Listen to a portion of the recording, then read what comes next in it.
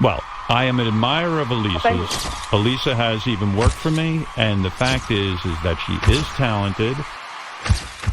What's it called? Kermit and Friends? Kermit and Friends. Kermit. But if Kermit, You're saying like not the to frog? do. Yeah, Wait. I actually have watched a few hours of Kermit and Friends.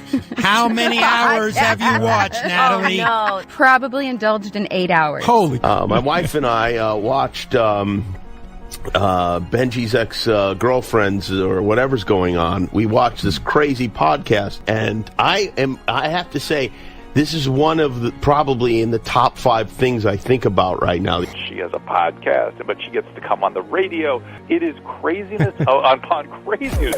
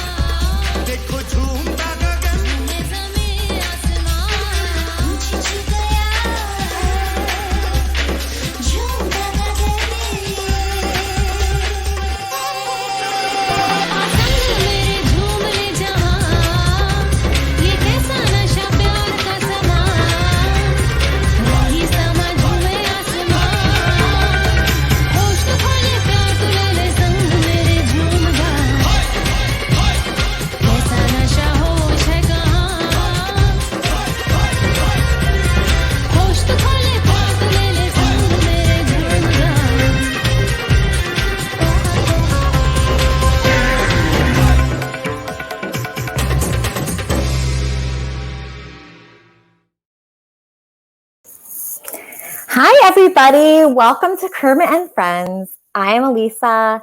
This is Fozzie, and Kermit is watching us from heaven. Dear Kermit, I want to thank you for loving me. I hope that I was good to you. You have my heart forever. You inspire me in everything I do. And to the Father, the Son, and the Holy Ghost, please touch everyone who listens to this show with your grace, your love, your joy, your hope, your mercy, your faith, and eternal salvation. Cover everyone watching this right now with the blood of the Creator, Jesus Christ. Amen. So I'm going to bring on my co-host, Sugar. We have an unbelievable show. I'm actually kind of cocky about it. we have such a great show. I can't be cocky, right? That's definitely a sin. But we have a great show today. We're introducing some new unbelievable guests, and a humongous painter and artist has painted one of our regular cast members here. Hey, Sugar, how was your Christmas? It was nice. Thank you very much. How was yours? Well, I was really worried about Christmas because no one had invited me to do anything. And I had no plans. And I wasn't worried about it. I had this faith because, I have faith now. I had faith that it was going to be okay. And even though I was alone, God did bless me with giving me an appearance on the Drunken Peasants podcast. I saw that. That was cute. Yeah. What did you think? Present, though, even though I gave it to myself, I got a t-shirt. Wow. Oh my gosh. So Sugar's wearing an original Kermitarian t-shirt. She looks absolutely beautiful in it. Oh, thank you. So if you're jealous of Sugar right now and you want to look that good, Sugar, where should they buy that t-shirt? It's Cafe Press. I'm going to put up a link on my Facebook and also on my Twitter. And I can, if anyone wants a link, just get a hold of me and I'll show you where to buy it. Last week, I was watching the show, which was very good last week, by the way. Yeah, Congratulations. okay. And when I was talking to Andre, it looked like I snitched on myself for doing porn. Porn? I've never done porn. Yeah, but when porn? the way I said it, when I was what do you talking about mean? like pay-per-view, and I just wanted to make it really clear that listen, I respect porn stars, but I'm not going to take any like flack for it when I never did it. So you've never done porn, but you thought that the Kermitarian Church might have speculated that you were I in would porn. have thought so. If I was watching that show, I would have been like, that girl just snitched on herself for doing porn in the early 90s. It did not happen. Back then we had pay-per-view and it was very, very, very soft. Okay. So if any porn that you've done is very soft porn.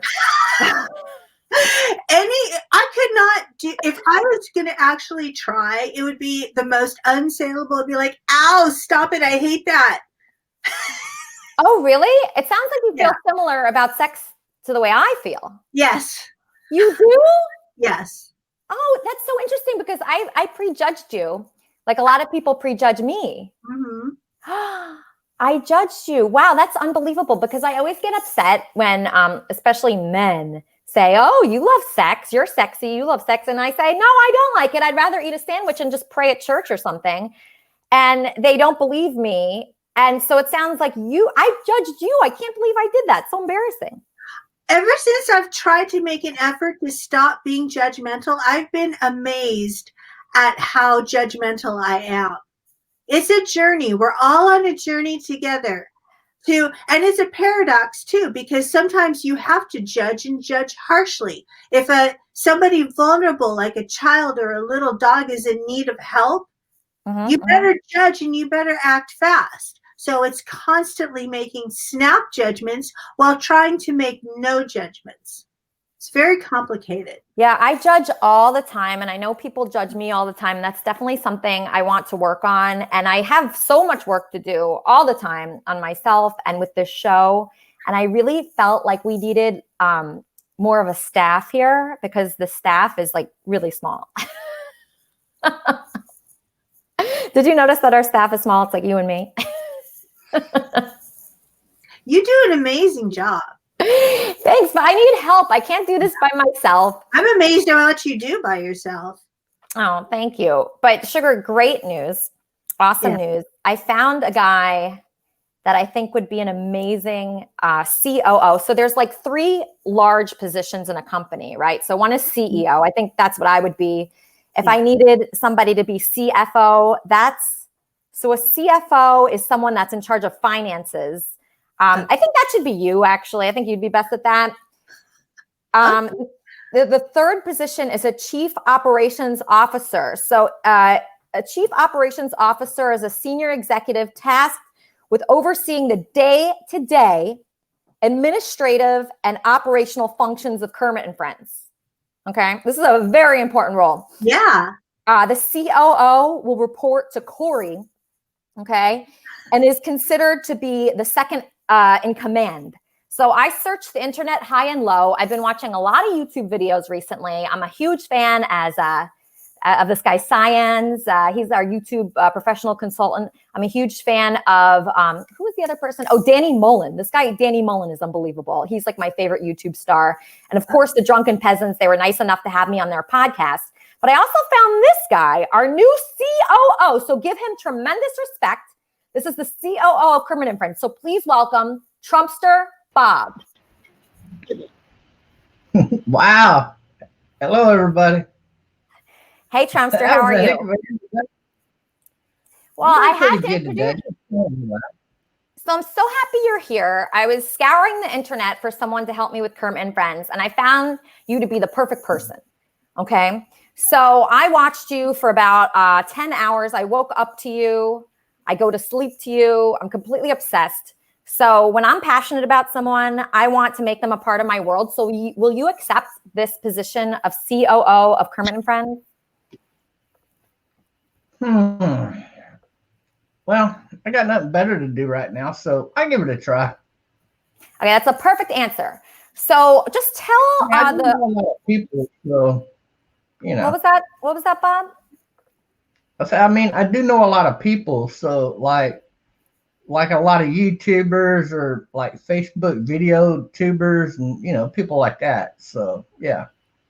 Okay, perfect. You're the perfect guy. I knew that you were the perfect guy, and I knew it when I saw you. Okay, And thank you to the Drunken Peasants. They introduced me to you. I was on the Drunken Peasants podcast. That's one of your favorite shows, isn't it, Bob?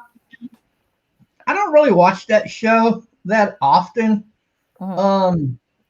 It's fairly new to me. They found my channel and came in bashing me because I'm a right-leaning guy, and I'm not a left-leaning guy. And they just came in there bashing me and trying to do little childish stuff like make fun of Trump and stuff like that.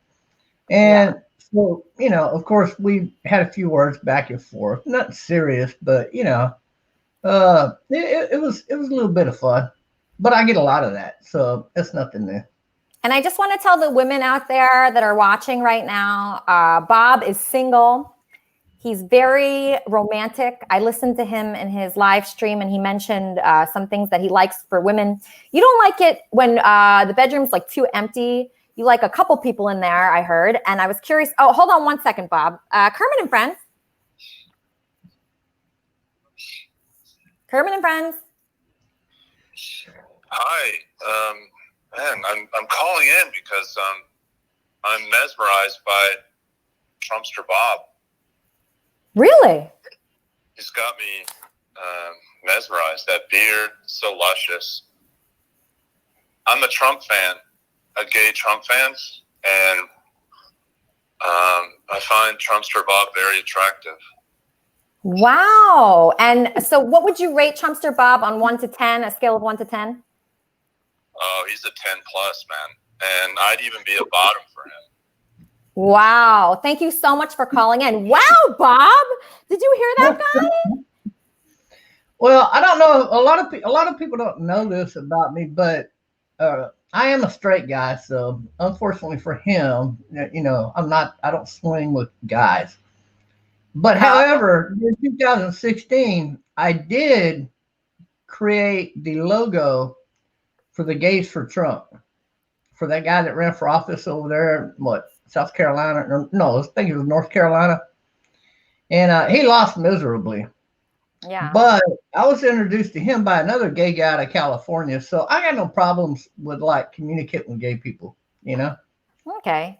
I don't agree with that kind of behavior. I think it's a little childish and mature, but I mean, people got to love what they got to love. And I found it more times than not, people just don't want to have children when they don't have a secure future. And it also drives a lot of people, especially women, to indulge in that activity because it's a lot safer for them. Right. Okay. So Trumpster Bob, we have another Trump supporter here. He's a huge artist. Huge. He painted Trump for the White House. Okay. And now he's on our show. His name is William Quigley. He's a friend of mine. Quig, are you there? I'm here. Okay, great. So he is streaming live from his studio. And he actually sent me some very interesting information. He told me some very interesting things. I'm going to read it to you, okay? So William Quigley. What did I tell you? Well, okay, so I wrote this in my notes here. Let me find these notes on you. Okay, topic, Quigley. So Quigley is actually the guy who introduced Grey Goose to Red Bull. He made the first drink, mixing the two, in his studio. It was April 29th, 1999, on his birthday. So he did not have a contract with Red Bull or Grey Goose, and he will never make that mistake again. He is demanding. Okay, so let's talk about that, Quig. So on your birthday is April 29th? Yes. Okay, so on your birthday, you had.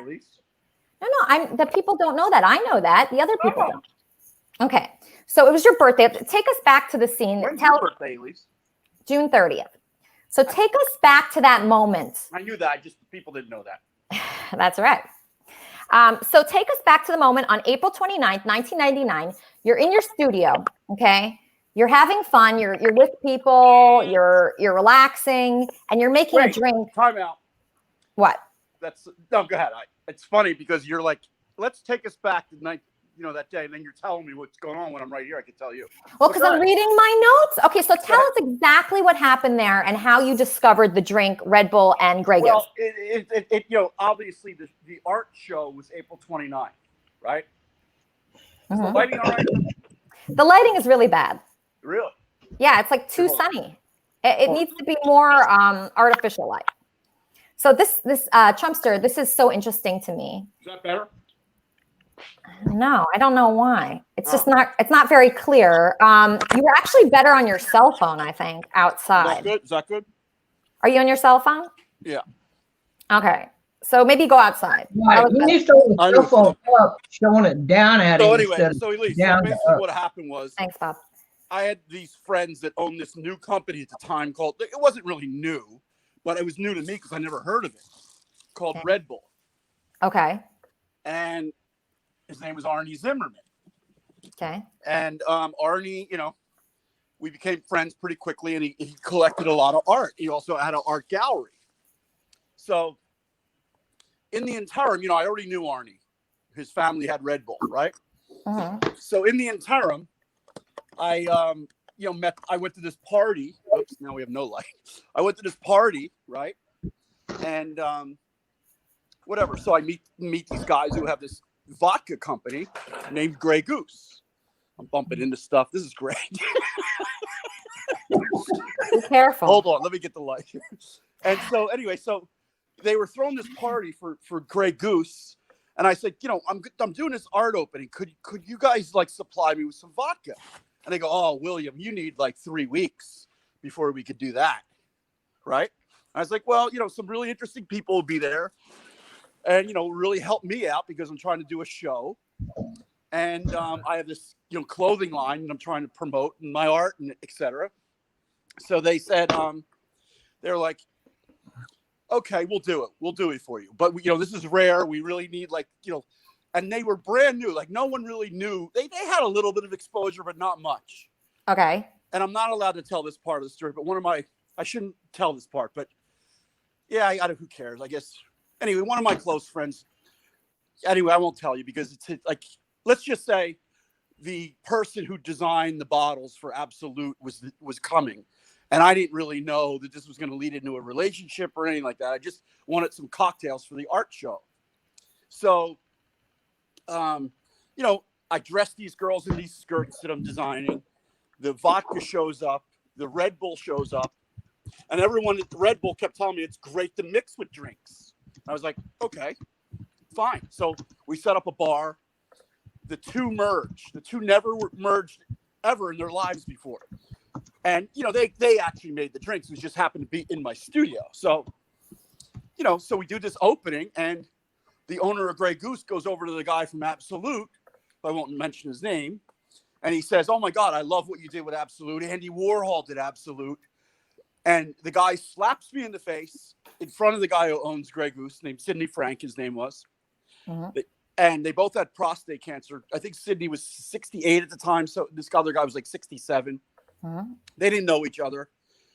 And he said, would you market my Grey Goose brand? And the guy, I don't know what's wrong with my phone. The lighting is really bad, huh? Just go outside quick. Just start walking outside. Okay.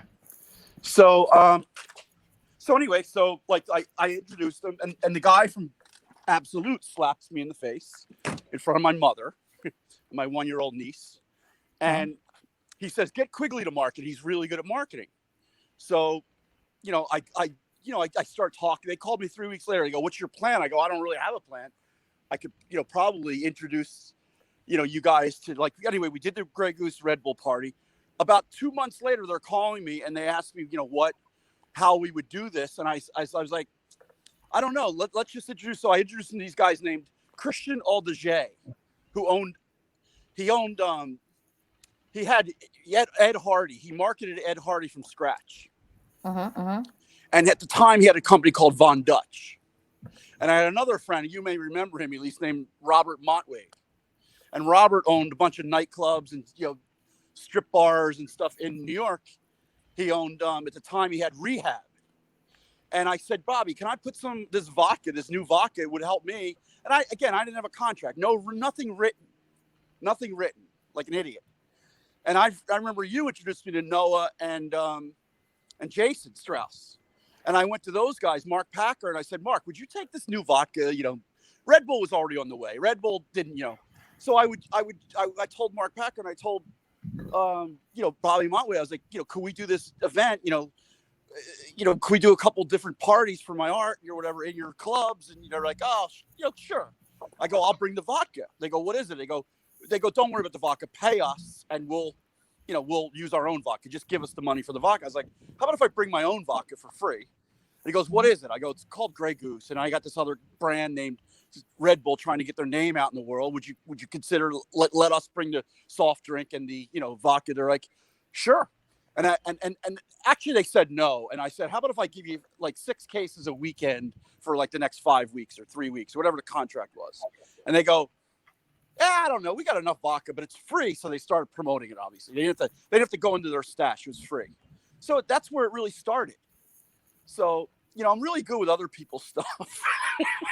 So what do you think? So Quig, so what do you think should have happened and that they were didn't all happen? buying my art. They were all collecting my work, so they had nothing to lose. No, but what did you want to happen? What did you want? I think I didn't know the liquor business at all, and I was involved in the music business at the time. I was involved with Dispatch, and I was promoting these two or three things that were kind of not that well known yet, and including my own art and my own business, which is called Scrapper.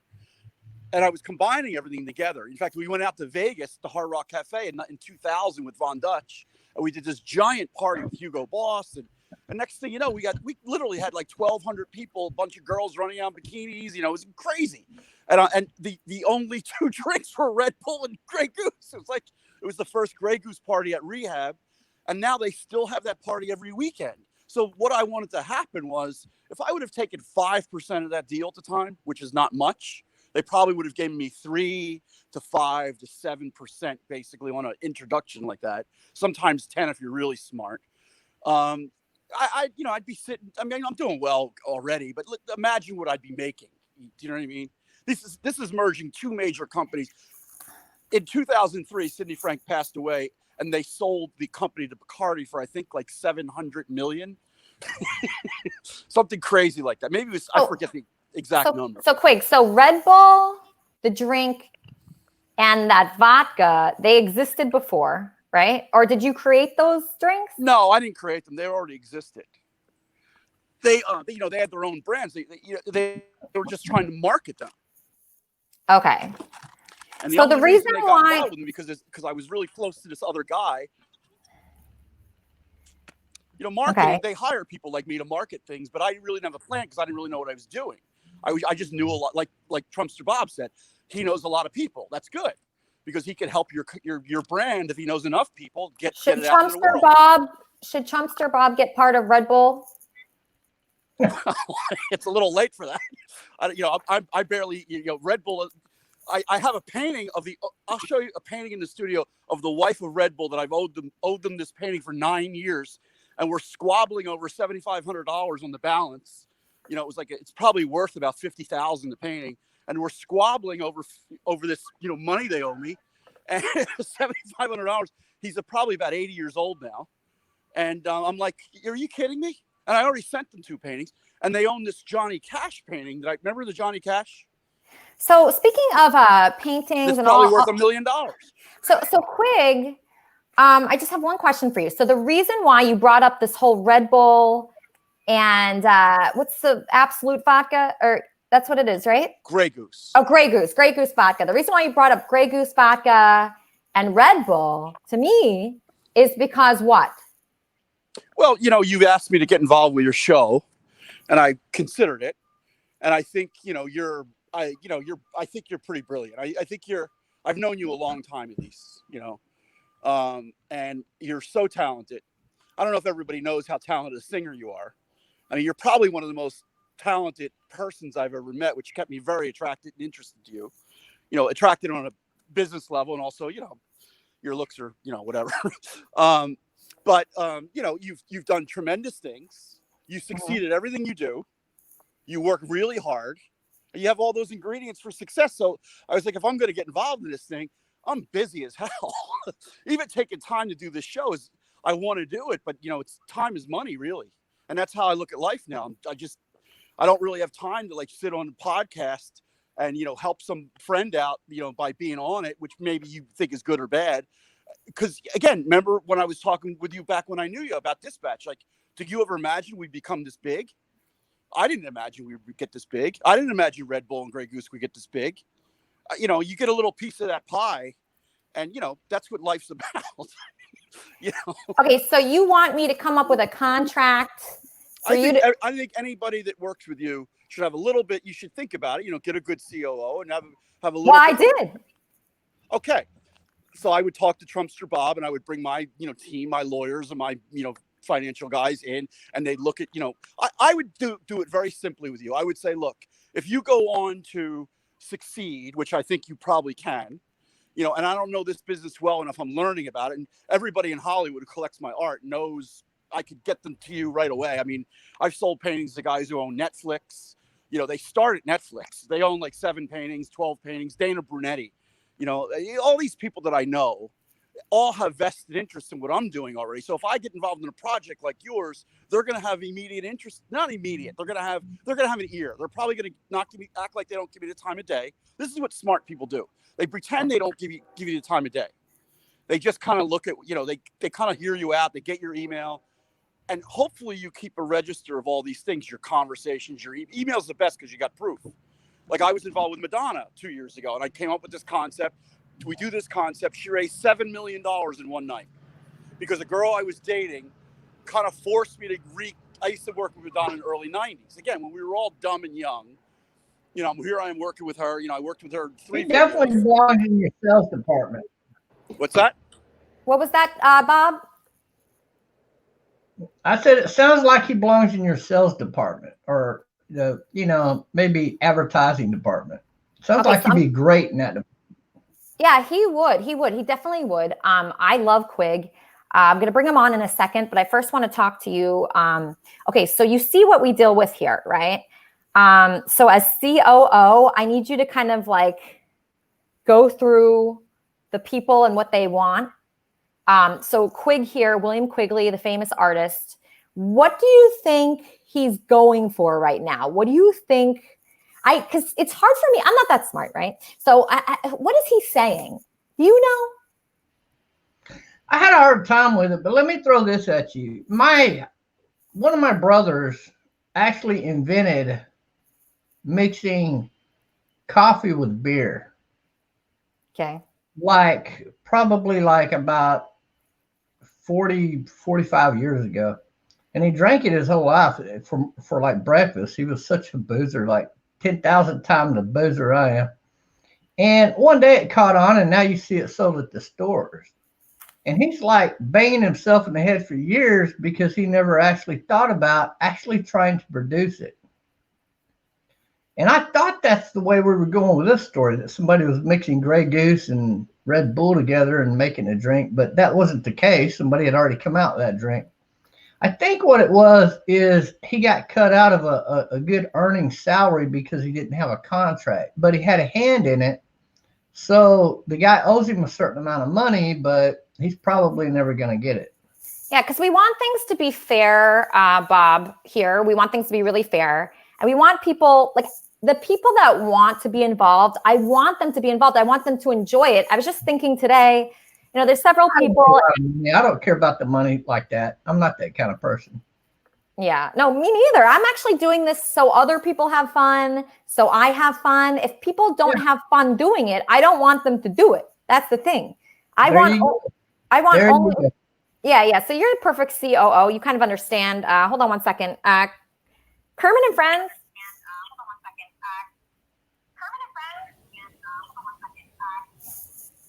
Hello. Oh, can you hear me? Alyssa Jordan, is this you? Yes, it is. Well, let me turn down my unit here. I didn't even think I would get through this fast. This is the first time I've had the pleasure of seeing your show. Mm-hmm. And I saw that you were speaking about Danny from LA. Yes, Danny from LA. I want to give a shout out to Dannyville, who's live streaming Kermit and Friends right now. Hey, Dannyville. Okay. I want you to know that my profile photo, I don't know if you're able to pull that up, but I am promoting Dannyville by that photo right there. If you're able to see that. Where is it?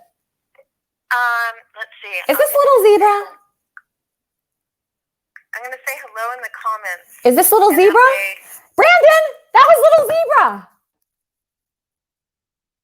Brandon, say something. That was little zebra. I'm so excited. Little zebra just called.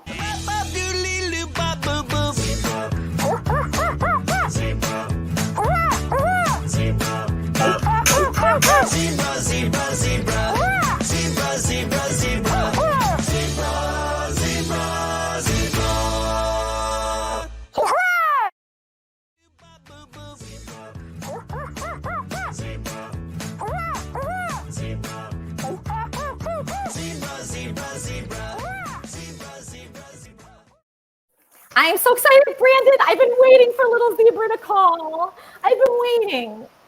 What was it trying to promote? No, I don't know, but I love zebras. They're so cute.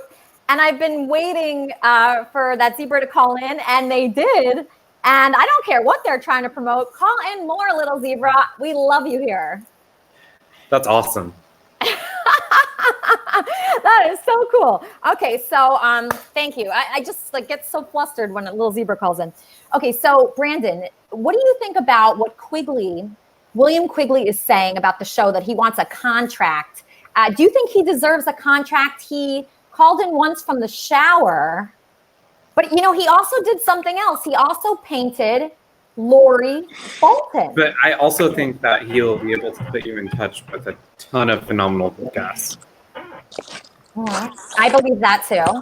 I should maybe whip up a contract. Quigley, are you hearing this, Brandon? Yeah. What do you guys? I love Brandon. Yeah, everyone does. I almost would do it for free if Brandon was involved. Brandon is involved. I'm sorry. What was the question? The question is, what do you want me to write in this contract? Should I start typing it up now, or what should I do? Can you see that Grey Goose box way up there? You can't see anything. Your camera's very blurry. Can someone help? Yeah, you know what? If I close out and log in on my iPad or something, I'll probably get better lighting. Oh, there's Lori. I love Lori. I want to see this painting. Lori. I'd never be able to afford it, but I'd like to see it. I'm a big fan of Lori's. Well, thank you. Yeah, I love your band. I love your strength. I love your courage. Yeah. Okay. I love how you talk to all those guys. Okay. Yeah. But I like those guys too. I just don't know everybody so well. Okay. But I really like how you stood up for yourself. Your dad's a great singer. He is. Awesome. He's coming on later. So quickly, can you? Lori, you and your dad get along well? Yeah. He's cool. House. He's right downstairs. Was that your brother that popped in with him last week? No, that's my nephew Austin. Oh yeah, he seemed cool too. He's a sweetie. So quickly, do you want to introduce Lori, I drew your a picture of you. Okay. Did you know that? I've heard that. I want to see it. Did you tell her? I'm about to present the picture. She's my favorite character. I wouldn't be able to afford it, but I'd like to see it. It's for free. Oh, really? Yeah. So I would say a Quigley portrait. So William Quigley has painted Donald Trump for the White House. So the Trump portrait is currently in the White House. Okay. That goes for around $65,000. Yeah, I just looked it up. Yeah. So let me show people, if they don't know. I mean, I don't want anybody out there to think that William Quigley is just like a blurry camera. He's a lot more than that. He painted Donald Trump for the White House. Donald Trump bought that painting. So I'm going to show it to you guys. Just give me a second. Let's see. Where do I find that? Okay. So he painted these paintings. I'm going to show you these before I show you Lori. So here's Donald Trump. Oh, shoot. It doesn't come up. I think you have it on in the background. Oh, shoot. That was bad. Okay. I don't like doing that. All right. You could just Google his Donald Trump painting. That would be good. And just trust me that it was $65,000 and that Donald Trump bought it and it's currently in the White House. So he's painted Abraham Lincoln, Ethan Hawke, many celebrities, but Trump was the one that I think really made him famous. So that's exciting that he went from, I think that might've been his last painting that he painted. Sugar, being that Trump was his last portrait and then Lori was his next portrait. I mean, wow. How much do you think this painting would be worth if William Quigley were to send this to Lori Bolton? How much do you think she could sell it for? It is very difficult in the art world to determine the worth of paintings, because at the end of the day, they go on auction and paintings are worth what somebody is willing to pay for them. The art world is nuts. But if the Trump painting is worth $60,000, then Lori's painting is worth at least $10,000. That's where I would start the bidding. Okay, so we'll start the bidding at $10,000. I would say that Quigley should just send you the painting, but let's look at the painting first, and then you can all make your bids. Okay, so let me find it. It's coming up. Here it is.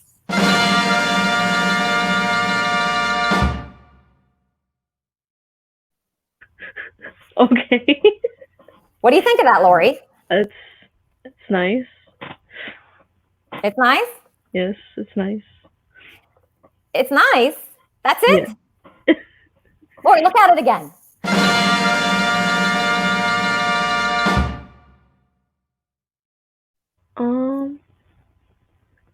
It's pretty. It's pretty, right? So what I'm thinking is that you should hold on to that painting for a while. Don't sell it immediately. Actually, let's see what Quigley says to do. Quigley, would you suggest people sell your paintings immediately because of the value, or should they hold on to them? Well, it's a tough question. Lori, I'm sorry if you don't like it. It was a drawing I made off the internet. Right. And Elisa was telling me a little bit about the scenario with, you're not comfortable being labeled a Muslim. And it was kind of like witty. I wasn't trying to make any knock or anything. I don't know if you know my history, but I was raised Catholic, and then I became kind of I don't know what I became, but I was involved with a Hindu woman for years. I lived in India twice. She was amazing. I was with her when her mother passed away. So my feel on religion is very, I think it's about actions, really. My father was very religious. In fact, he recently passed away of COVID, which is sad, but he was 88. I don't want to give anybody any anxiety, but in fact, my life changed dramatically when my father passed away. It's like it improved right away. And it was 2 days before my birthday. So that was very hard. It was because my relationship with my father was very tough. He left our home when I was 5. And he's really, like all parents, regardless of what your relationship is with your parents, I think they have obviously a very strong impact on your life. And I chose to allow what happened with my father, my mother, and my family to try to be positive.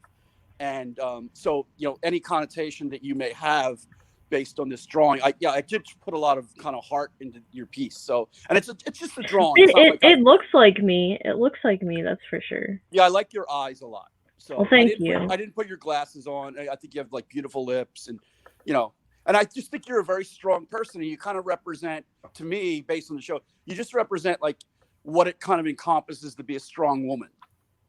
Mm-hmm. So, which I've had a lot of strong women in my life, so I take inspiration from them.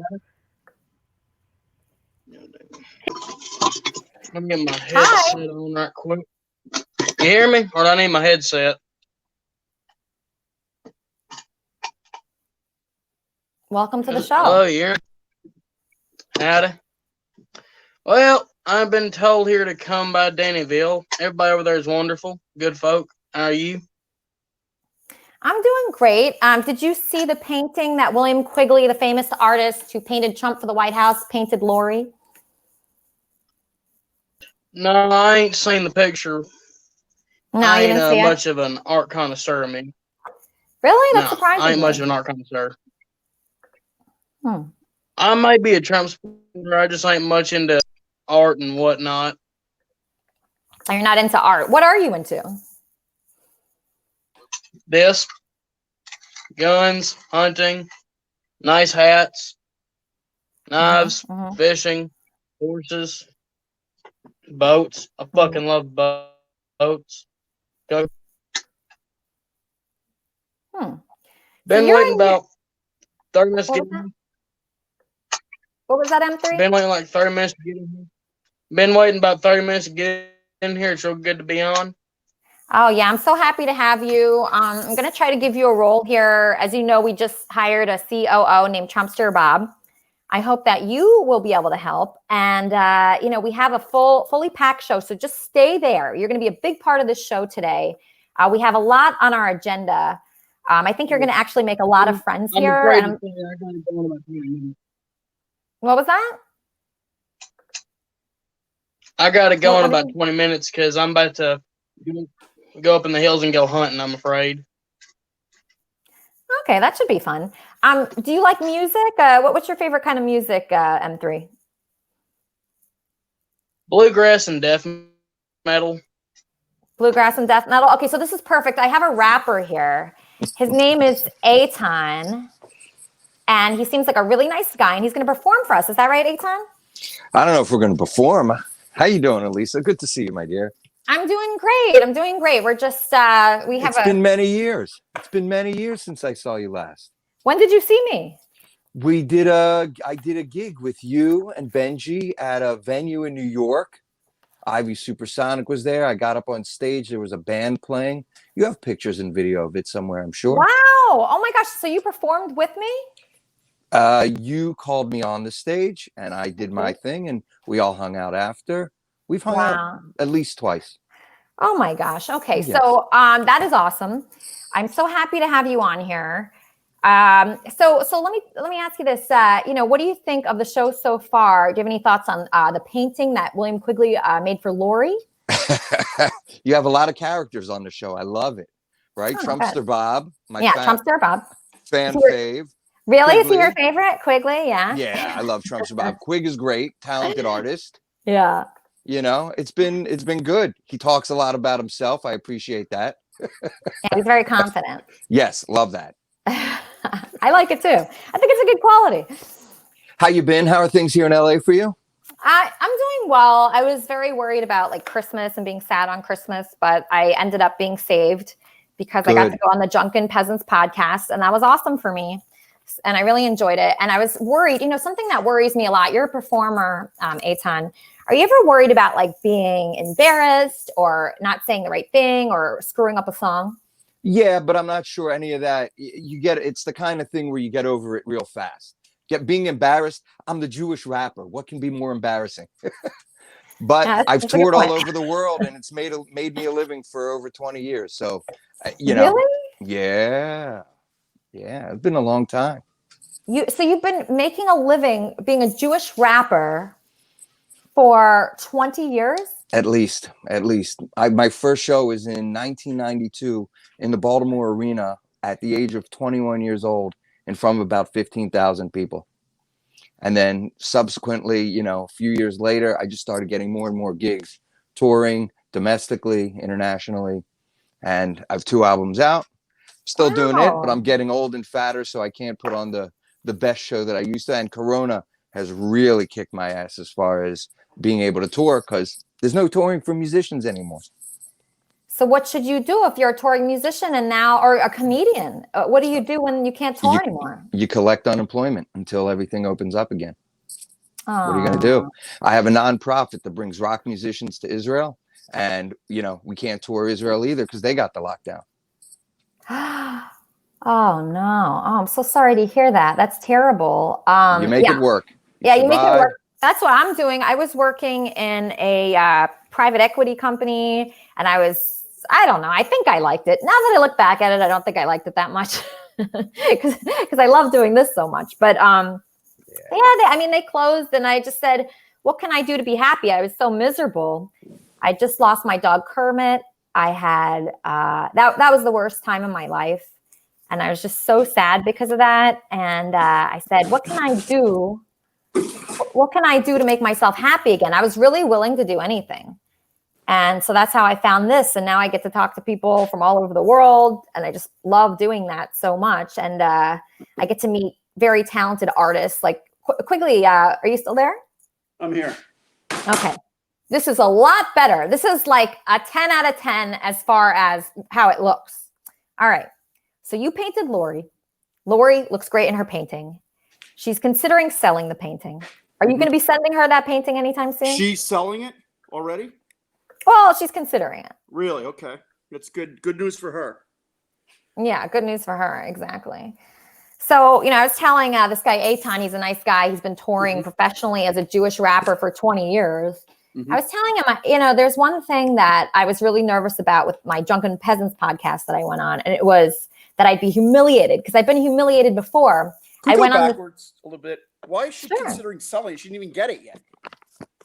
Oh, let's ask her. Lori, what are you going to do with this painting? Quickly. I was about to type in the private chat. I actually don't think I want to sell it. I would frame it and put it on my wall back here with my Maryland pictures. I could take the words out if you don't like them. Huh? I could take the words out if you don't like them. What do you mean? It's pretty. Oh, good. Oh, she loves it, Quinn. It's an honor. I've never had somebody draw me like that before, especially an artist. Oh, really? Yeah. Oh, well. I'm just some nobody who lives in Michigan, who lives in poverty, has like a bunch of debt. You're not a nobody. You're somebody. You're somebody very Laura, you know special. how long I've been in debt? I'm somebody to my cat. Laura, you know why I want contracts from people? Because I've been in debt so long. Yeah, I know what you mean. I'm fortunate now, but it took a long time. I like the Avengers painting. I'm sorry? I like the painting behind you. That's awesome. You want to hear the story? Sure. So, I mean, I'm not dropping names. I'm really not, okay? Because it's not like everybody likes me. They just hire me. When you want to put a pool in your backyard, you hire the pool guy, right? When you want to bring furniture in your house, you hire the furniture people. When you want to hire electricity to put your electricity. So when you want to hang a painting in your house, these people tend to, where's my camera? So they tend to hire me. So anyway, Christopher Evans, Captain America. My sister, his mother is an amazing woman. They live in Boston. And I worked with Chris in 1995, long before my sister met. My sister is an amazing person. She's got 3 beautiful kids. They're all really smart and very ambitious. My brother-in-law happens to be a neurosurgeon at Harvard. He's, again, I'm always talking about people. I love ambitious people. I like everybody. That's my problem. If I have a problem, I like too many people. So anyway, Christopher Evans, who I didn't remember working with me way back in 95, I did a movie called London. I did all the paintings for it around the room. Again, I wasn't paid very much. The movie's okay. I think the movie's good, but it was the beginning of his career. And his mother told my sister, who they're very close, tell Bill not to bring up that movie with Chris. Anyway, Chris asked me if I would make a special painting for Robert Downey Jr. And I was like, Robert lives close to me, lives around the corner here. He just moved in with his wife and kids. And I used to kind of hang out with him in the 90s when I was living in Los Angeles. See him at parties, say hi, all those kinds. Try to get him to buy my art, all that stuff. Never bought any art from me. So about 2 years ago, he came into this very studio and he started looking around and he remembered me. And he told my assistant, I wasn't here. He told my assistant, could I have some of his clothes? Here's my clothes. Like these are I own a company called Scrapper. So he took like 17 pieces of clothes and gave them to his employees and his family. Chris comes to me a year later and says, Bill, would you make a painting for me so I can give it to Robert? We ended our Avenger movie. We're done. The End Game is the last movie, and I want to give him a special present because he gave me a car, a Mustang, a special custom Mustang. So I was like, wow. So he sends me all these emails and everything, and he goes, could you write a bunch of that scrappy stuff in your painting? And I was like, it's funny how people describe you, that scrappy stuff. I was like, okay, I can deal with that. So anyway, it took me 4 months of really hard work because I had a contract. And I had a contract. At least I had a contract. They put money in my account. I went to work. So anyway, so Chris started sending me all this stuff. So I send the painting, right? I don't hear anything. I'm like, I just spent 4 months on this painting for, actors, they get everything. They get all the they get all the people they want. They get all the money. They get everything. Artists, yeah. So anyway, I don't hear anything from Robert forever. So I email his publicist. I email, his company. And I'm like, I'm a little upset. Like, I haven't even gotten a thank you. So what happens is, during all this Trump controversy, right? And it was really heavy last April 2019 got very heavy again with this Trump thing. I painted Donald Trump in 2006. I painted 2 presidents, Clinton and Bush, way before the Donald ever bought the painting. He bought the painting in 2013. It took me 7 years to get to the guy.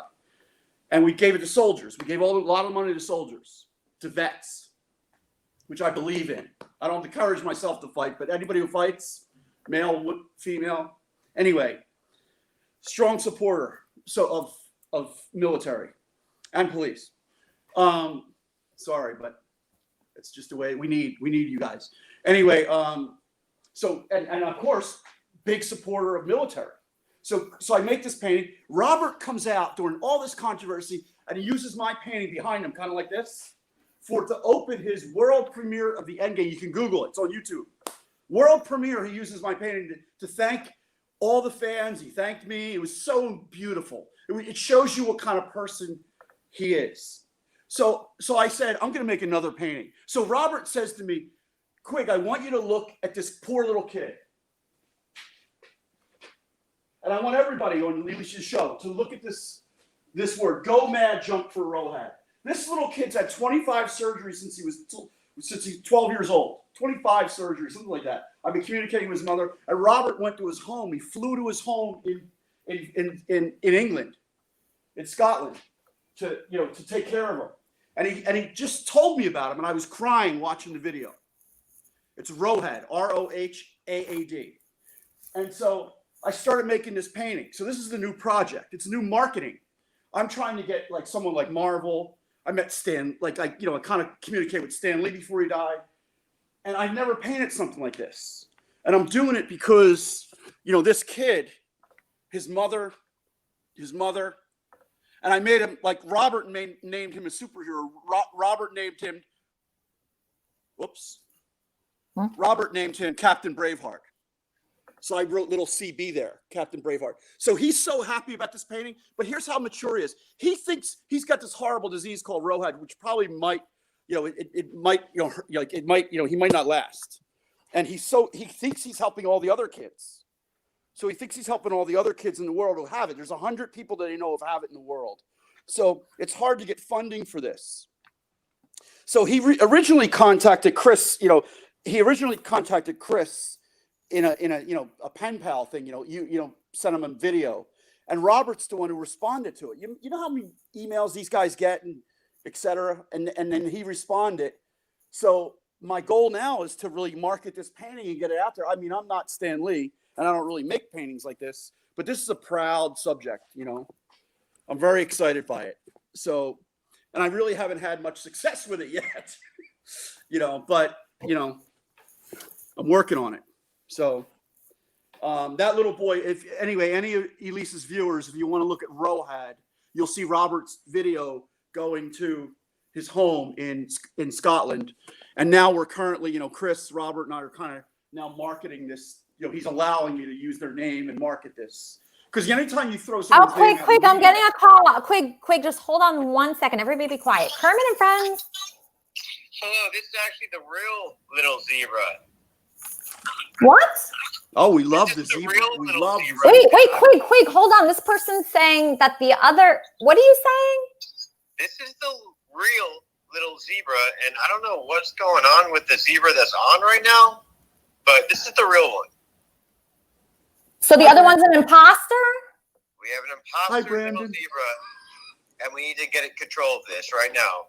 So you're claiming that you're the actual little zebra and the other one is not little zebra. The person that called in earlier is a fake?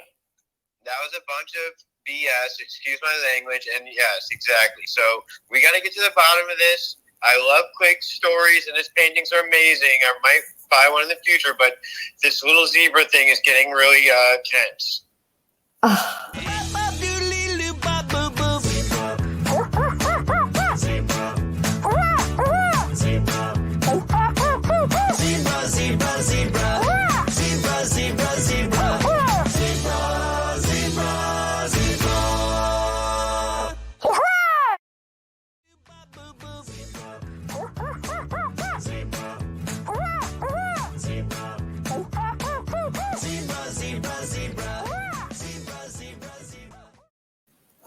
Well, that was really a surprising call. I wasn't expecting that. We had this little zebra woman call in, and I was so excited.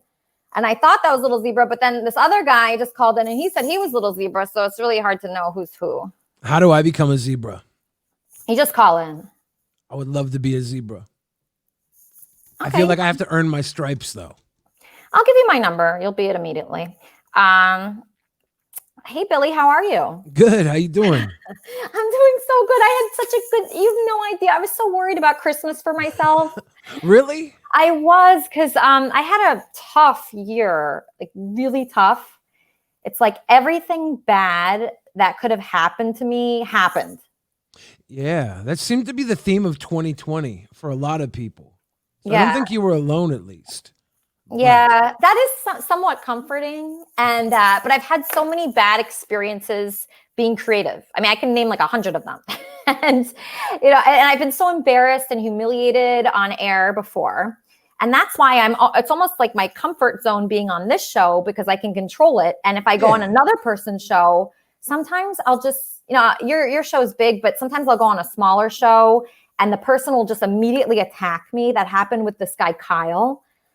There was this guy, Kyle, who I actually liked, who had a YouTube channel. And I've been getting to know different YouTube channels. I've been watching you guys and like Danny Mullen and a couple other ones. And, I just watched him. And then, a smaller one that I found, I went on this guy, Kyle's show, and immediately he started kind of attacking me. And I said, I'm never doing this again. I'm only going to be in a show that I'm in control of. Yeah. Yeah. I'm glad you stepped out and did our show with us. We had so much fun with you on. But I know exactly what you're saying. People will try and have those gotcha moments. They'll try and get you. It's not Yeah, gotcha moments. You know who hates that? Benji. In fact, he taught me about that term, gotcha, and he hates that too. And for me, my heart is taking me this way. I'm saying if you come on my show, I'm not begging anybody to come on my show. I'm not pleading with anybody. If you enjoy it, then you come on my show, because I am doing this just so people have fun and they enjoy it. And so I enjoy something. That's the only reason. Yeah. You put on a fun show. Like this is great. If this was all you did, you'd have a great creative endeavor. But I love that you're going out and you did come on Drunken Peasants and hang out with us. And I hope you continue to take those risks, because like you found Trumpster Bob, right?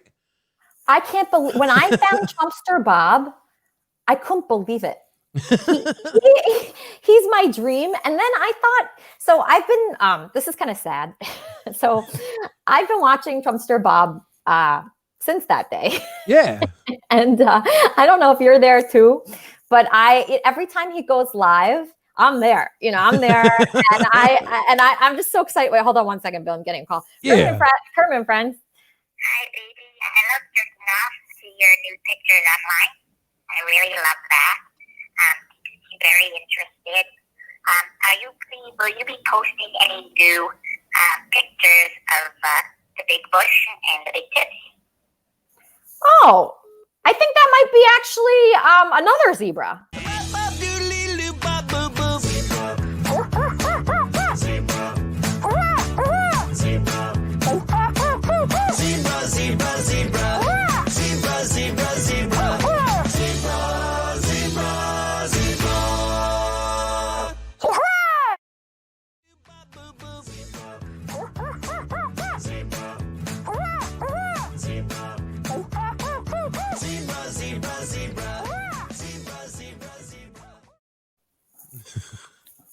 So if anybody missed it, I just want to say again, please check out Drunken Peasants, my episode. I mean, was my episode the best? Just admit it. The single best episode of all time. And we appreciate you coming on. And hopefully you don't get too big to come visit us again in the future. Because I enjoyed it so much. You guys are so nice.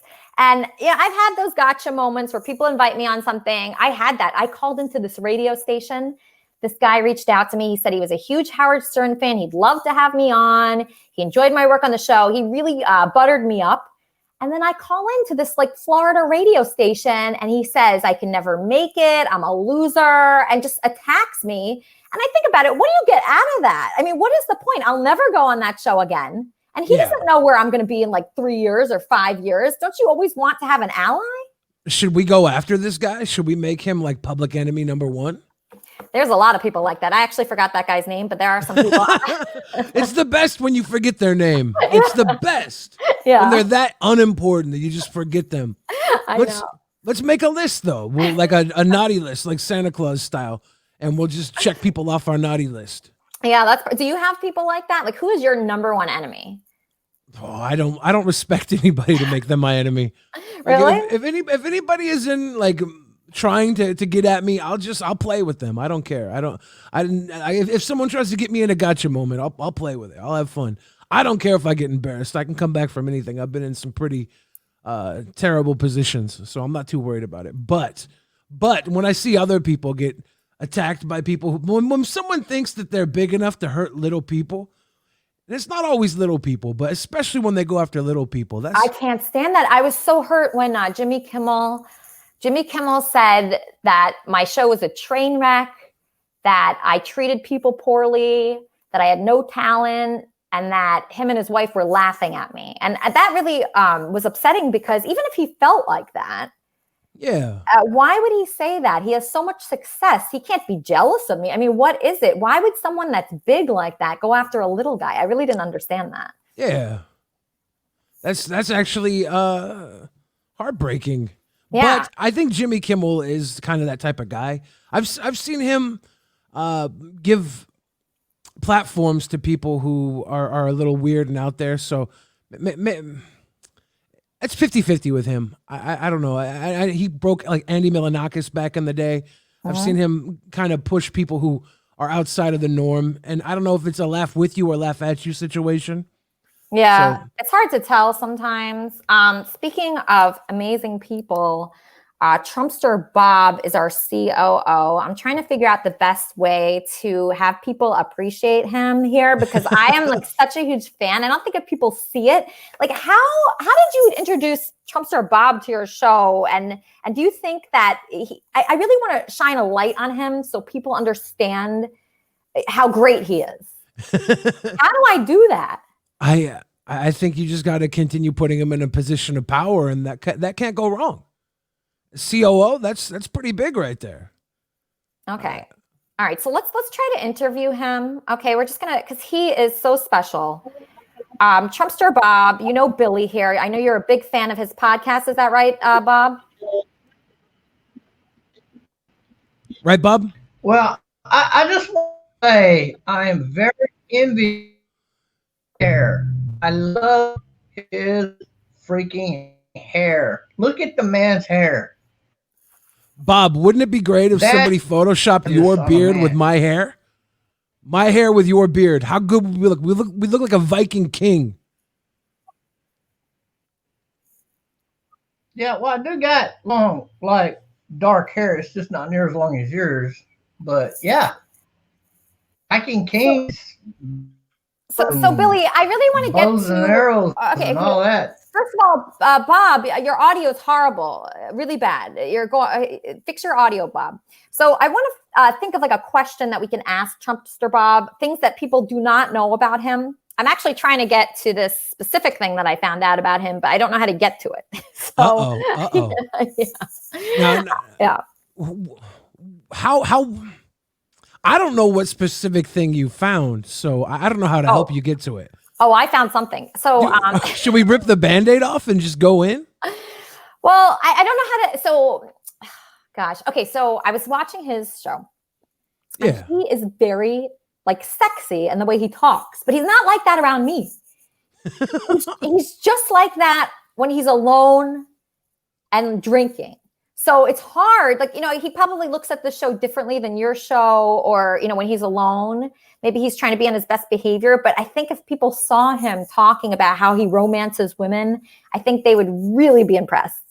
He's impressive. Like, why don't we ask him some dating advice questions? Do you feel like maybe he's being polite with you because he still sees you as a potential significant other? Maybe. Let's ask him. Bob, so, Billy set us up on a date and it went great, but just ignore that right now and just tell the women out there, just tell them, what are you like? What's it like to date Trumpster Bob? Well, I think the first date should definitely be a gorgeous meal, like Oriental style, but without the Oriental food. You know, I mean, it's like let's go to the freaking winery and eat some freaking lobster. You know what I'm saying, or something, a beautiful food. And when we're done, I can take your girlfriend to my house and just literally bend you both over the damn bed and do you both. Like right then and there. So on our and then date, we can get to know each other. Bob, on our date, you want me to bring a friend? Oh, you? Oh, if I'm dating you? Oh no, not actually. No, No, never mind. No, okay. Bob, were you gonna do me and my girlfriend? Is that what you were saying, Bob? You were gonna bend me and my girlfriend over? No, her and her girlfriend, hell yeah. But you and your girlfriend, hell no. What? But I'm just a little confused, Bob. You're so cordial, Bob. Well, actually, I did one time. Okay, But, so Bob, like, say it's someone. Okay, it's not me. Sharing my word, though. Huh? Okay, Bob, take me out of the scenario. It's a woman. Say there's another woman that you met randomly at like a drugstore or something, or at a bar. What would you do? Would you ask her to bring a friend? Together and love each other and love life and love everybody else and let love reign in the air, baby. You know what I'm saying? Love is in the air, like on the old Love Boat Show song. That's what love should be about. Life should be about that. Okay, but if there's two women, Bob, you're saying there's two women, not just one, there's two. Okay. Well, okay, so like if I go to the winery, like I love to go to the winery about once a month, and there's usually a different lesbian couple up there every month, and I talk to them generally, and the manager up there loves me to death, and she's bisexual. And she always, if it's somebody new, she always tells them, don't mess with Trumpster Bob. Don't F with Trumpster Bob. He is a gorgeous man. He's a good guy. So then they just end up talking to me and blah, blah, blah. And I'm not going to say I haven't had sex with any of them because I have. But I'm going to tell you this. Like, generally, I want to take them out to eat. Okay? Well, I want to be more romantic. I want to get out the white wine and let's celebrate. Let's get drunk and get butt naked and have adult fun. But women are just not like that. Women, like you would fall in love with me, for example. There would just be no stopping that.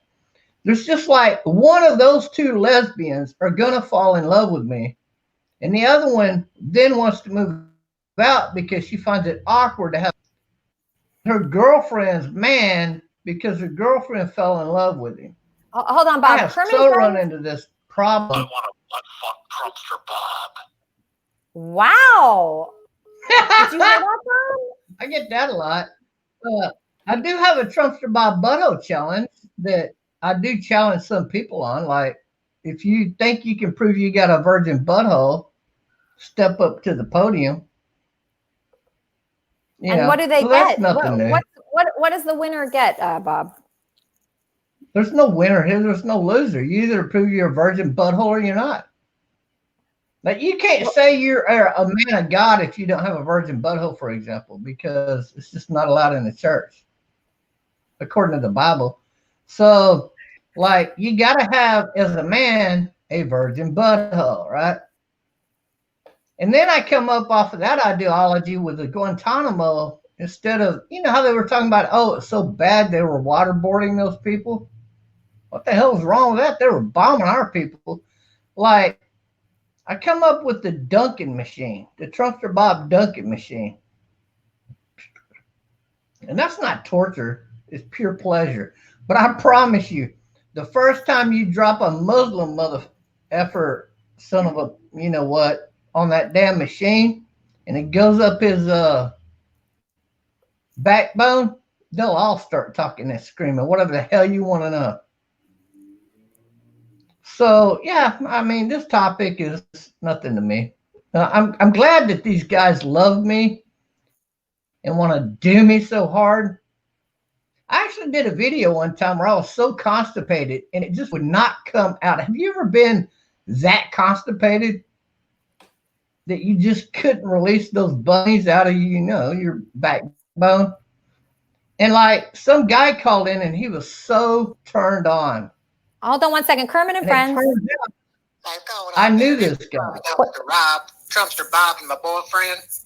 Oh. He's full of shit. All the shit he's saying about buttholes and what, he's full of shit. He fucks my ass every night. That's why I call him a cum dumpster Rob. Trumpster Bob, full of shit Rob. Go back to bed, Rob. Take out the trash, you son of a bitch. Get off the internet.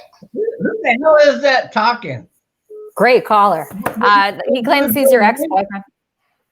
Okay, No, I never had so you're a new person here. So what I want people to do is ask you a question. So Brandon is my neighbor. You need to know him. You're going to be working with him steadily. Brandon, what do you want to know about Trumpster Bob? I like Brandon already. I think he's got a good-looking beginner spirit, and I think he's a decent-looking fellow to work with. I mean, I got something with that. Thank you so much, Trumpster. So I don't know how many dates that I've gone on with Elisa, because there's been a number of them. And she only got naked one time. What? Oh, yeah. Oh, God. Damn! I didn't like that day. I can't believe I did that. So embarrassing. What, Bob? Like, how big are her areas? Somebody's sound is bad. Actually, no, Brandon. Wait, hold on. Brandon, I'm like echoing. Brandon, just fix your audio. Hold on. We have a caller. Kermit and Friends.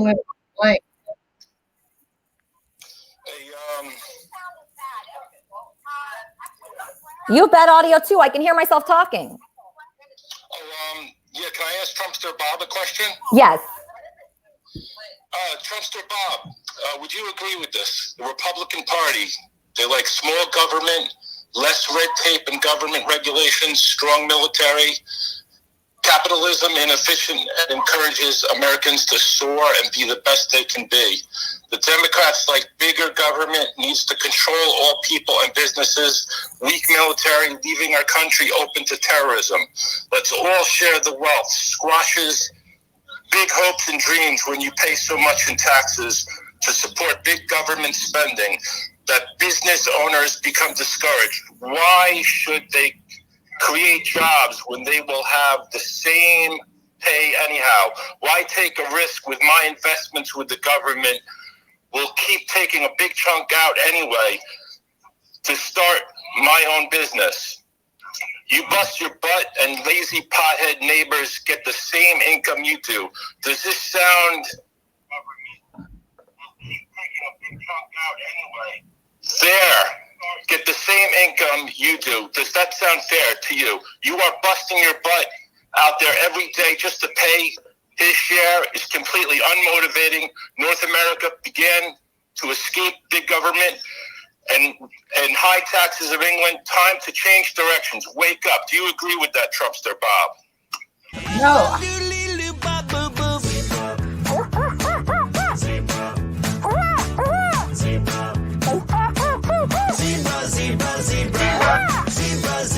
Sorry, did I let out an F word?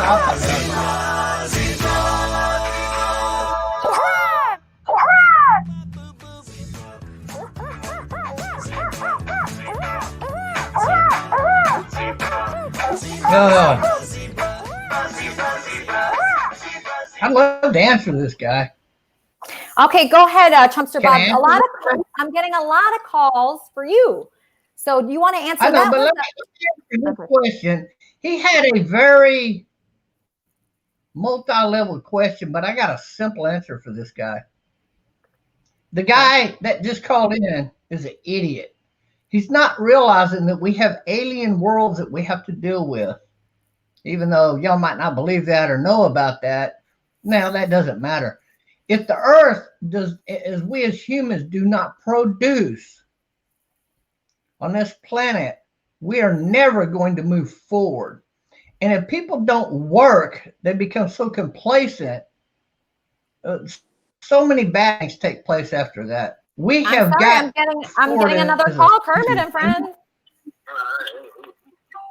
You can't freely give money away and expect people not to learn. That's idiotic. Wait, hold on, Bob. She soared above the lifted lamp, the guard's sweet freedom's door. In the dews, the damps, the watchfires of a nation torn by war. She's far too young to die. You can see it in her eye. She's not yet begun to fly. It's time to let the mighty eagle soar once more. Let the eagle soar like she's never soared before.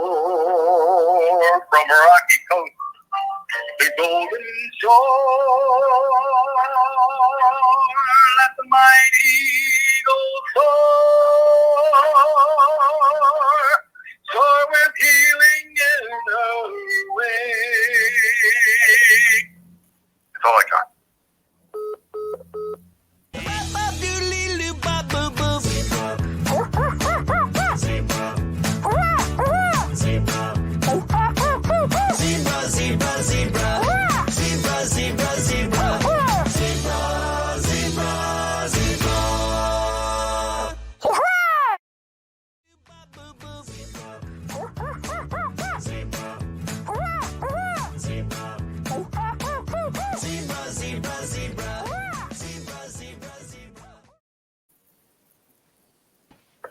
So Bob, you're a Trumpster. I couldn't even tell what that guy was, but did Joe Biden, did he win fair and square? No, of course not. It was a pure and simple Democrat fraud. Everybody knows that. You had 30,000 votes found in a freaking puddle of water. How does the court not allow those votes to be counted? Giving Donald Trump the Pennsylvania election. This is ridiculous. And Nathan. So you're upset that Trump lost? No, I'm upset that the Democrats have gotten away with cheating to this degree. But I can accept communism. I mean, I flow with the water, baby. I mean, but I mean, let's face it, what's good for people could be a bad thing. If in America you allow, for example, Muslim law and a Muslim law, you as a female can walk into a bathroom. I knew you were going to bring her on, and I love that because I know a lot about the Muslim faith, like so much. Do you? But I do. I definitely it. do, baby doll. Don't call me that. If she walks into a bathroom and she don't have a head cover or her arms could legally be raped in 90% of the countries on planet Earth, right?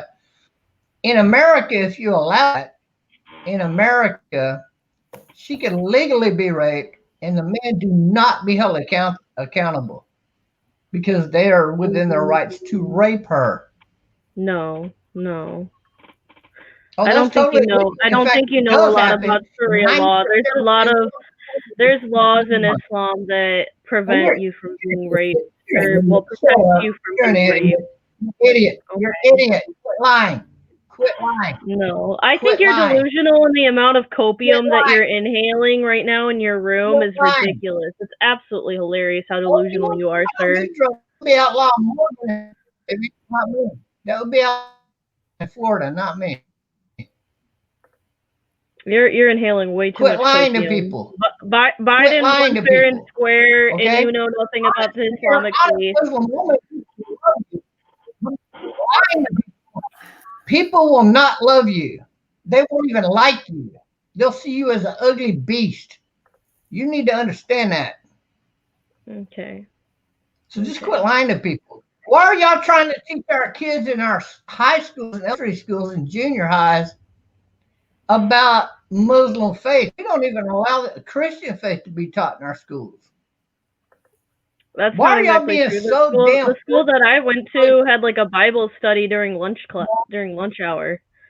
So yeah, like a club is allowed. Like, well, yeah, we were allowed to learn about Christianity and but Islam is world history. Do you not know that Islam is world history?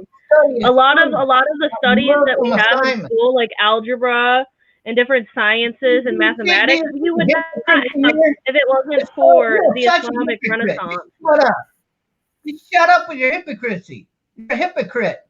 You're trying to convert a volunteer There's hypocrisy in all religion. There's hypocrisy in all religion. You're a hypocrite. Shut up. This chick's a hypocrite.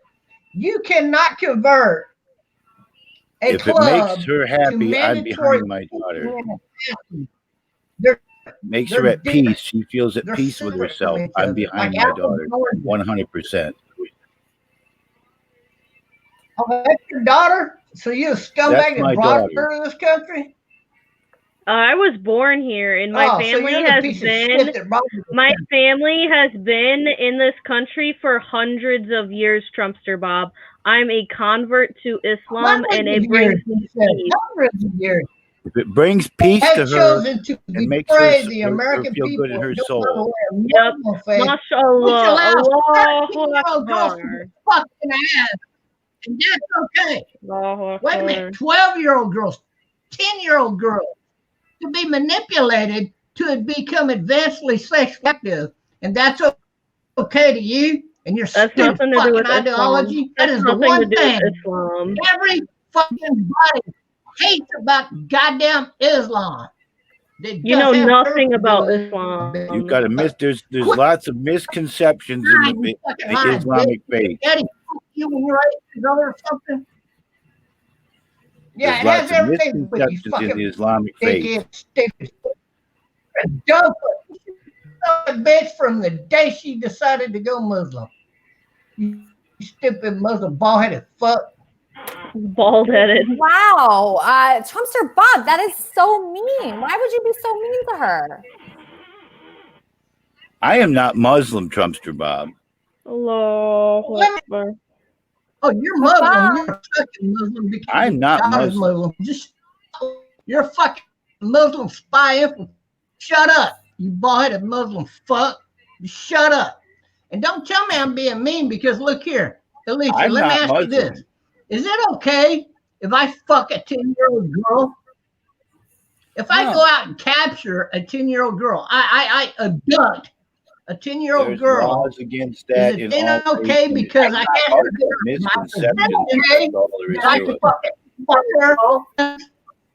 if I go out and capture a 10-year-old girl, it's a goddamn fact, you stupid slut. 10-year-old. Let me tell you, okay. Thanks to Bob. Why'd you call me an idiot? Wait a minute, shut up. Let me talk. Let me tell you some facts. Everybody can look up. Let me just tell you some facts. 90% of the children abducted in the USA are taken to Mexico. And out of those 90% of children and adults that are abducted and taken to Mexico, 90% of them end up in slavery cells in Islam. And there are 3 types of slavery cells in Islam. For your ignorant, stupid, bald-headed, lying motherfucking ass who pretends he doesn't fucking know. He's probably a part of this shit. There's Let me tell you the 3. All over, not just with Muslims. It happens all the time. Child slavery. They're taking children away. You're wrong. In this country, it happens all the time. Never outlawed slavery in Islam. Islam is the only part of the world who never outlawed slavery, and they're the ones that started black slavery, stupid bitch. Look, you got labor slavery where they put chains on your ankles and wrists and force you to sew clothes together or produce whatever the hell they want you to produce and so that they can make money off of it. And all you got to do is feed you and throw you in your damn house and then give you watermelon or whatever, right? That's slavery. That's labor slavery. Another third of that is called sex slavery, and it begins at the age of 5 fucking years old, sometimes that 4 happens years old. In this country too. Yeah. All the time. Okay? You're bitch. Okay, whoa. It happens all the time in this country too. Trump dumpster, whatever your name is, shut your mouth for a moment. You're also a freaking hypocrite. Yes, I agree with you on the Muslims, but then you say that you're for Trump, but you're also for communism, which communism follows along with Muslimism. So you're a fucking hypocrite yourself, brother. So you talk about virgin assholes, you're talking out of your asshole. You dumb idiots. Jesus Christ. So you're the biggest hypocrite in here. Amen. Amen. You're talking out of your asshole. Dumb idiot. What's the other third? So much. Ask me a question. What's the last third of slaves that are sold in the Middle East? Since you fucking know so much about the subject, and I'm the fucking not to be no nasal twangy. Have some cojones and talk with diaphragm, brother. And you're the biggest hypocrite in here. You talk with a loud voice like a fucking cocksucker, and you accuse me of having a loud voice. I am not for socialism. Oh, yeah, I'm not bringing the dollar down. Tearing down the free market, tearing down our personal independence. It's called a goddamn terrorist. I'm communist. I'll go over like a dog and got my. I was an idiot. I'll go with the flow. You're the biggest. I voted for Trump. I'm not glory turning Muslim, but as American, as liberty, that's her freedom of choice. We might not agree with it, but that's her freedom of choice. That's right. Freedom of religion. That's what this country is about. Well, Muslim is not a religion, but it's still freedom of choice. It is a religion. But you're calling everyone fucking idiots. F this, F that. When you can't even know the right side from your left side. When you start hating Americans because of your choices, fuck Made you in back. USA. So fuck you back, bitch. Does that make you more of a man to say fuck you all the time? Did you feel more manly? You're a hillbilly hick in a trailer park. Drinking cheap ass beer. Your damn self. You talk about cheap beer, cheap knock off the Elvis. Inbred guy. Let me guess, you're inbred and you make it with your brother. Yeah, that's what you guys talk about because you're inbred and you make it with your brother. So shut the fuck up. No one cares. I may have to change my song to God Bless America. More dead from fucking pornography than anybody I've ever seen. And don't tell me you're not a porn because I just read your 10-year-old. Your face showed up on a pornography channel of Pornhub under Gay Hub. Okay, why? This is another. This guy's a hypocrite. He's talking about religion. He's talking about capital. Fucking dick. You fucking fake Elvis, gay Pornhub, God fake bless dick sucking America, motherfucker. Land that I love. Lori, you said to me privately that you have something to read.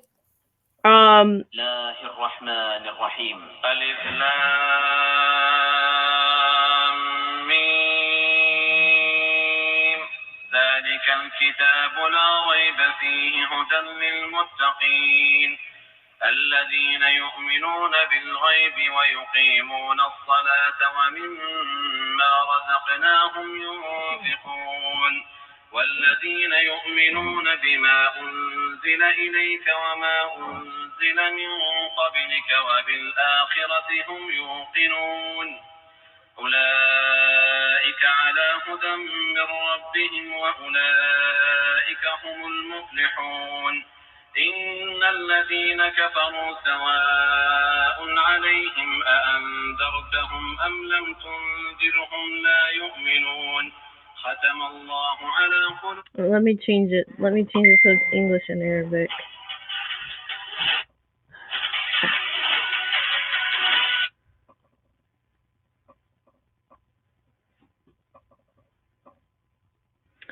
Oh, rip. In the name of Allah, the entirely merciful, the especially merciful. Alif Lam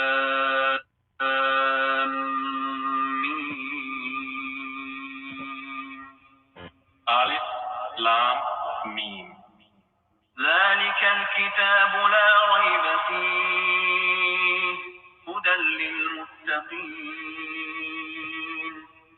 This is the book about which there is no doubt, a guidance for those conscious of Allah.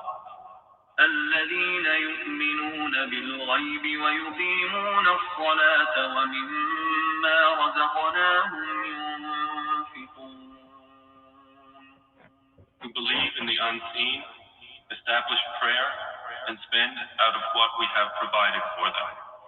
والذين يؤمنون بما أنزل إليك وما أنزل من قبلك وبالآخرة هم يوقنون.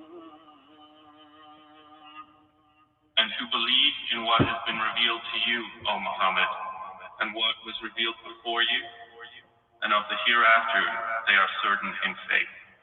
أولئك على هدى من ربهم وأولئك هم المفلحون.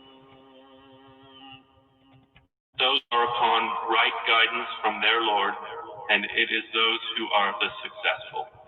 إن الذين كفروا سواء عليهم أأنذرتهم أم لم تنذرهم لا يؤمنون.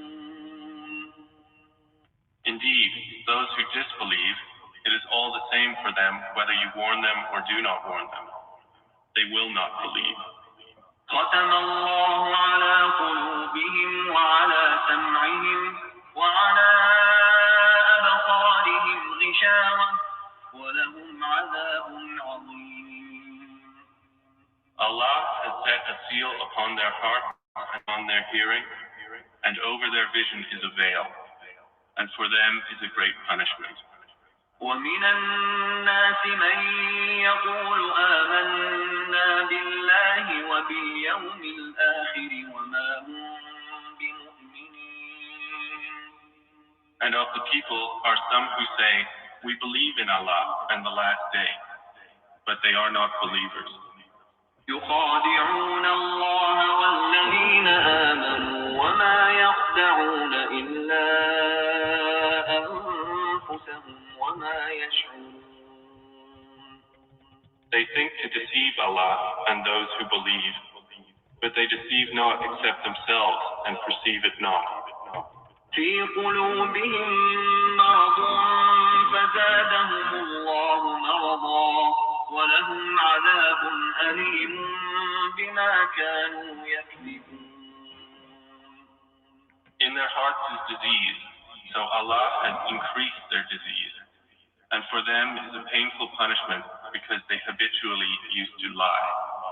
وإذا قيل لهم لا تفسدوا في الأرض قالوا إنما نحن مصلحون. And when it is said to them, do not cause corruption on the earth, they say, we are but reformers. ألا إنهم هم المفسدون ولكن لا يشعرون. Thank you so much, Lori, for sharing your religion with us. I'm here to invite everyone. If you have a belief in something, if you have faith in something, if you want to share, if you want to be part of Kermit and Friends, you can be, because we don't look down on anyone. I don't care who you believe in, who you don't believe in. I just want to make friends and entertain you all. And keep in mind, this is an ecclesia. In our modern English Bibles, the word church is supposedly translated from the Greek word ekklesia, which simply means people assembled. And we are going to be people that are assembled in love. We're giving, we're a community, we're here for each other. And I'll see you next time on Kermit and Friends. Here is John Bolton with a musical performance. Please enjoy.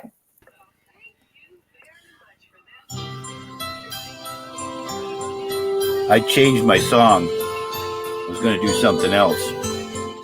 I decided with all this stuff, these guys talking U.S., how about we all do a little God Bless America together? God bless America, land that you know what? I got to change. Didn't like the tempo. I hit another one I did before that I liked better, so I'm going to restart. Sorry, take 2. It's more powerful. God bless America, land that I love. Stand beside her and guide her through the night with the lights from above. From the mountains to the prairies to the oceans white with foam. God bless America, my home, sweet home. God bless America, my home, sweet home. God bless America, land that I love. Stand beside her and guide her through the nights from the lights from above. From the mountains to the prairies to the oceans white with foam. God bless America, my home, sweet home. God bless America, my home, sweet home.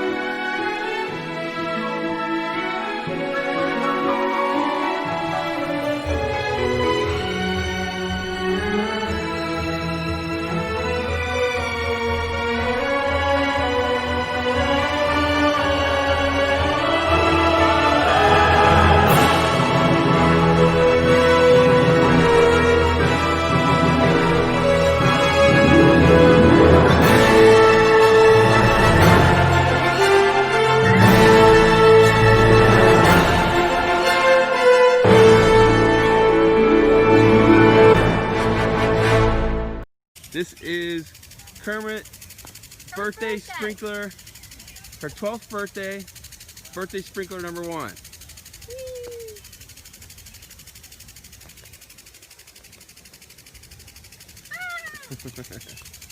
And Elisa is, I think, going to go into the sprinkler. We'll see. I'm in it. Oh, she's in it. She claims she is in it. Oh, there is a rainbow. I see it. There's a rainbow for Kermit. Kermit hates it. We love you. Show us you like the park, Kermit. You're running fast.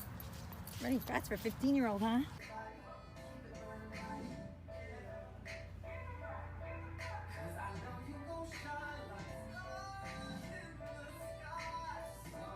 Kermit, do you like the hotel? You just had a bath. Let's film it. Ah, who wants some? Does Chicken want some? Oh, wait. I want half a piece. Does Fozzie want some? I want half a piece. Does Kermit want some? Does Benji want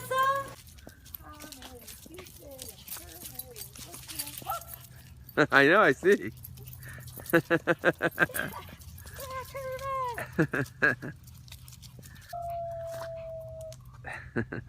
Carpe diem, Kermit. Me too, me too.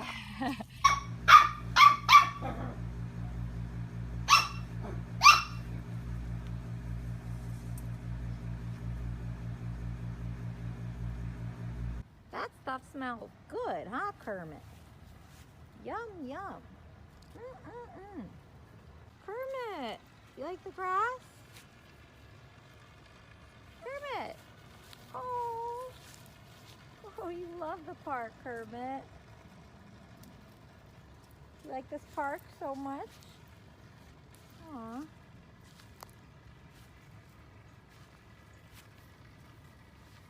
We're on video now.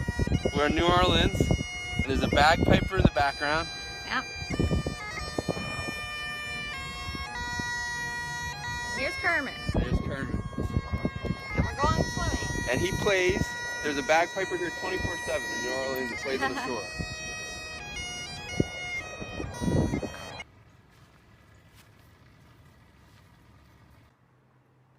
Did you eat all your tri-tip? You can eat the last 2 pieces?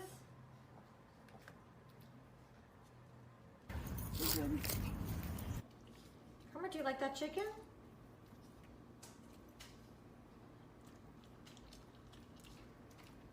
Chicken soup. Bye. Little rain's no problem for us, huh? That's okay. Fozzie, go up there. I love it.